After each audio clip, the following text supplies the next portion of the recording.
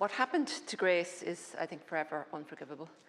And it's just unconscionable nearly to know what she went through. A young girl of 10 or 11 years old with an intellectual disability, non-verbal, put into, I wouldn't even call it a home, put into a place that was not properly assessed before she went into it. And left there for a period of 6 years where there was not one visit by a social worker to see was she okay, were her needs being met, was she subjected to abuse or neglect in any form.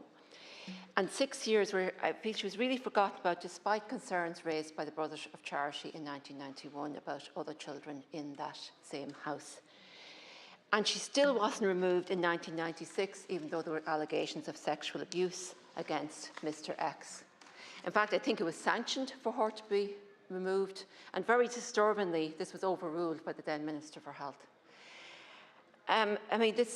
She was a child, developed into a woman. She was left there for 20 years. God knows what she endured in that time. And again, it was only for another brave whistleblower in 2007 who again raised concerns about her well-being that it was investigated. It still took 2 years for her to be moved.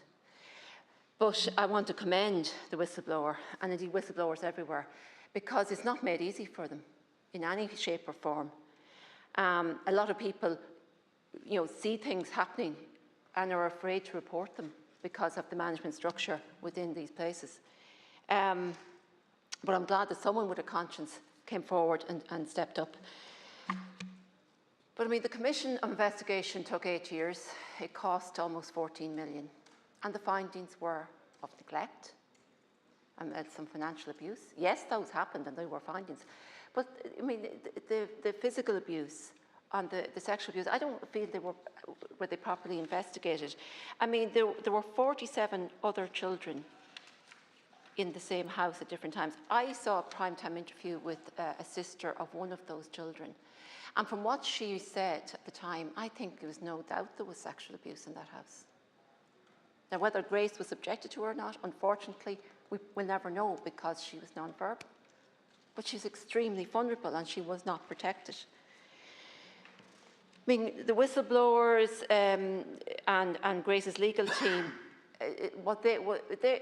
their interviews weren't and information provided wasn't included in the Commission of Investigation.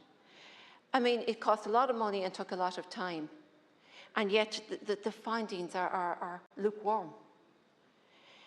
Many children are currently in similar situations. The Children's Residential and Aftercare Voluntary Association said there has been an increase in unregistered and uninspected for-profit providers in the care system. So there's a focus on profit and not on care.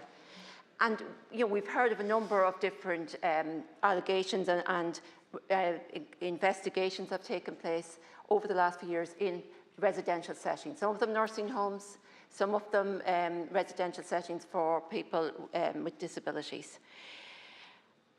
And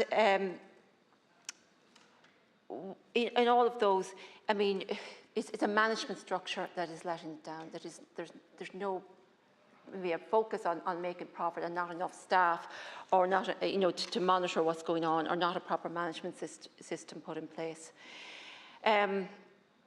We need safeguarding legislation. We need mandatory reporting. When I was teaching in school, it was my job. I had to report suspected abuse, and there was a chain of command. I knew exactly who to report that to in the school. So if I heard something or suspected strongly something, I knew what to do with that information, so that could be further investigated and resolved, hopefully. The failings here were definitely among Mr. and Mrs. X. They were guilty.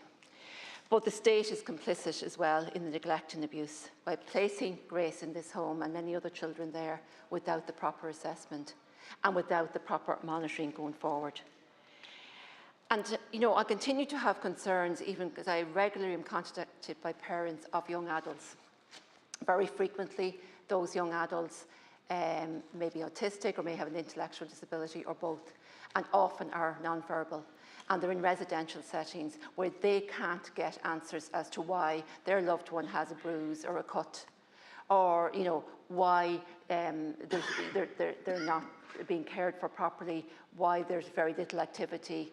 It's still, there are a lot of issues that I'm very concerned about. I do want to commend the many foster families and the many social workers for the great work that they do.